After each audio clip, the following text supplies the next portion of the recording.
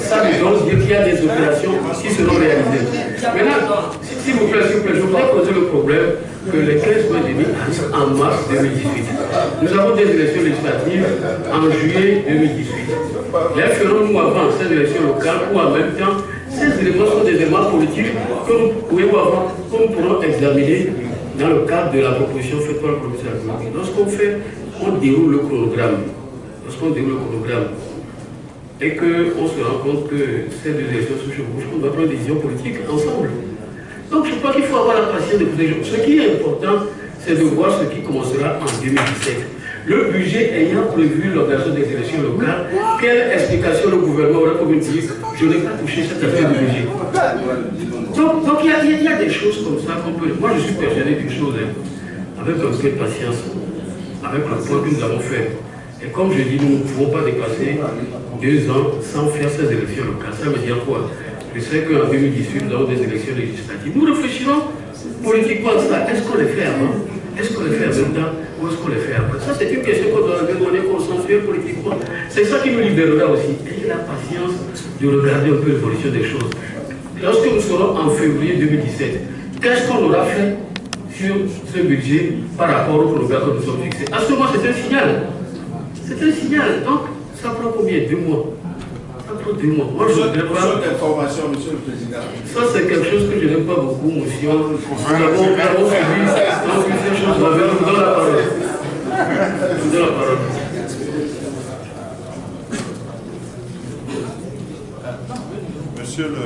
Monsieur le Président, j'aime beaucoup de respect pour cette Assemblée. Je crois que l'esprit dans lequel vous nous avez conduits durant ces 3 jours, les messages que vous avez délivrés en disant que pour une fois, dans le cadre de chacun, on a respecté ça, qu'on soit dire que le consensus ne soit pas rompu. Je vous dirais également que même au repas, c'était avec qui il y avait même des contentieux électoraux. Quand ils ont voulu avancer ça, j'ai dit, conformément à ce que le président a dit, nous ne parlons pas de ces questions ici. La question d'information que je veux poser est la suivante. Est-ce qu'en juin ou juillet 2018, il y aura élection législative ou pas au Togo? Ça, c'est un agenda. Vous voulez prolonger le délai de l'Assemblée? Fin juillet 2018, on doit avoir la liste d'un nouveau député. Alors, donc, et nous ferons tout pour le respecter. Donc, je ne pourrais pas comprendre alors, quand vous commencez par dire jusqu'à la fin de l'année 18, etc. Ça veut dire que. Non, écoutez-moi. C'est important, c'est important. C'est très important, il faut écouter parce que. Si! Allez-y, laissez le parler. On ne peut pas. La motion de je peux parler. Non, ça va. Pascal, allez-y. Allez-y. Ce que je voudrais laissez-le terminer, s'il vous plaît. Ce que je voudrais dire, Monsieur le Président, c'est que pour organiser les élections législatives, nous aurons besoin d'une CENI. Oui. Cette même CENI pourra s'occuper des élections locales. Ok, moi je prends donc. Donc, ça veut dire que vous ça veut dire que au maximum, oui.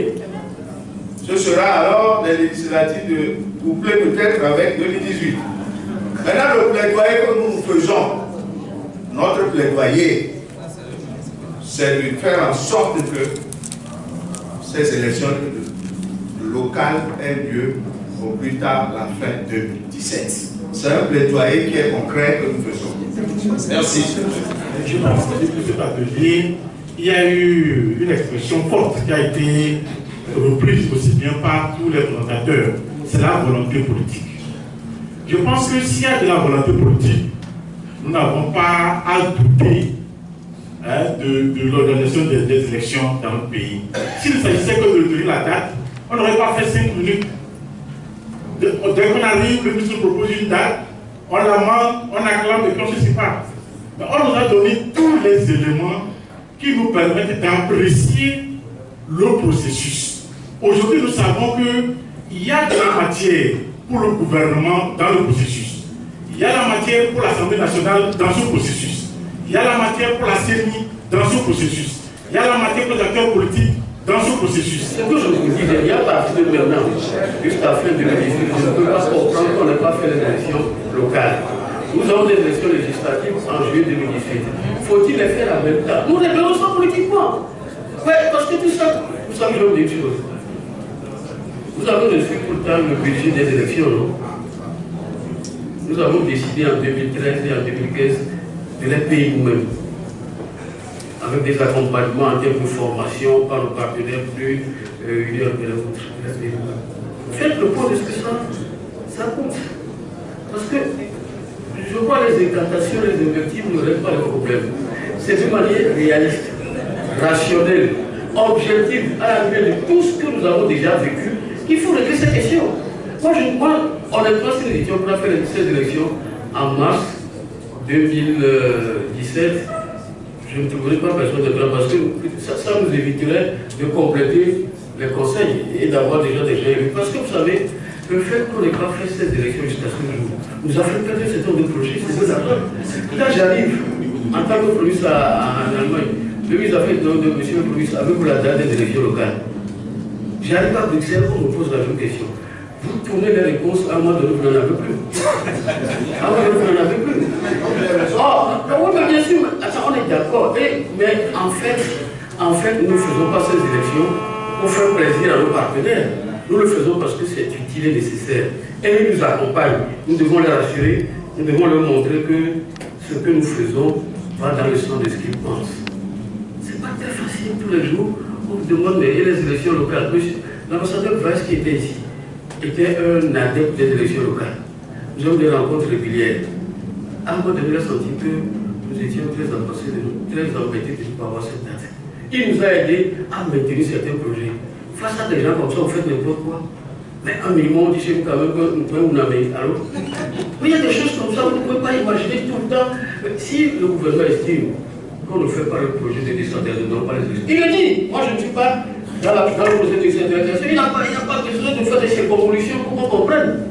Ce que nous vous disons, cette étape est une étape importante et capitale. Quel est ce mécanisme? Il faut qu'on s'entende, pour qu'on nous fasse le point régulièrement de comment évoluer. Il faut qu'on s'entende pour que lorsqu'il y a des chevauchements de manière politique et consensuelle, nous réglons cette question. Il y a cette question de la date des locales par rapport aux élections législatives. Les faisons avant. Alors on avance vite, mais on sait qu'on a un budget des élections pour le 2017. On en aura encore un autre pour 2018. Alors en revanche, si on fait les choses ensemble, certaines choses peuvent être réglées parce qu'on mutualise les efforts. Bon, alors si nous voulons se mettre cette marge-là en disant, comme dit le ministre, d'ici 18 mois. Mais quoi qu'on dise, la question de savoir si on fera les législatives avant ou après les locales, ou les locales avant, se posera. Ça se posera, nous arriverons. Quand on voit les choses à l'avance, l'intérêt que nous avons en ayant ce genre d'expérience, c'est qu'on peut envisager certaines choses à l'avance. Cette question, dites-moi, celui qui pense que cette question ne se posera pas. Est-ce qu'on fait ça avant? Est-ce qu'on fait ça après? Est-ce qu'on fait ça? Ça se posera. Et nous devons le règlement politiquement. Je pense qu'on est arrivé à une étape où les procès d'intention, les idées reçues doivent céder la place à la volonté de continuer à travailler dans le consensus. Et moi, je suis persuadé qu'on aura la réponse à tout ça. Lorsque je vous ai dit que nous devons dû remplacer certaines sont en 2012 et qu'avec le Chétan, on s'est dit non. Les législatives arrivent, on n'a pas encore réglé la question, il fallait trouver une commission pour régler ça. Si vous posez ça, qu'est-ce que vous dites aux gens? Vous voulez remplacer, ça veut dire que vous oubliez les locales? C'est pour ça qu'on n'a pas fait. Donc tout ça, on vous explique un certain nombre de choses pour que nous nous fassions un peu confier cette question. Nous sommes à décembre 2016. Je pense que raisonnablement, si le gouvernement n'arrive pas à faire les élections, au plus tard en décembre 2018, il n'aura plus un seul mot pour expliquer sa position. Je pensais que c'était très facile. On dit, mais vous avez dit ça même. Non, donc à partir de là, on intègre les éléments. Il y a les législatives. Est-ce qu'on le fait ensemble? Ou on fait le local avant? Bon, sur la question du budget, est-ce qu'on fait un budget des élections en 2017 et puis on fait l'autre en 2018 et puis l'autre en 2020? Ça, c'est des réflexions pratiques pour un gouvernement. Il ne prend pas la décision de comment. C'est des décisions pratiques. C'est des décisions pratiques. Est-ce que vous faites cette élection ou alors vous coupez les toits ou alors... Tout ça, c'est des réflexions que le gouvernement doit s'imposer, doit respecter. À partir de là, si on le fait dans le consensus,